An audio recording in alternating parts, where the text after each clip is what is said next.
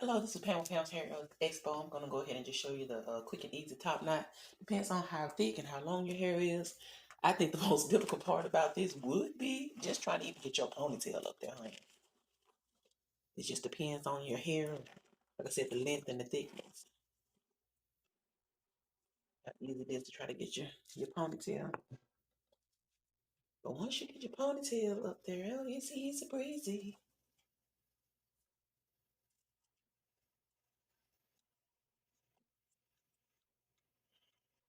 I remember we used to wear these all the time. They didn't have a name back then. We used to just throw this on top of our head and keep it moving.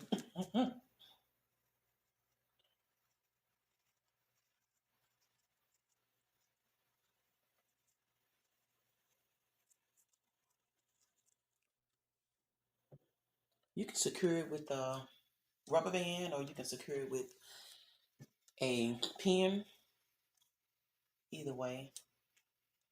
But it's like a 30-second hairdo, like for real.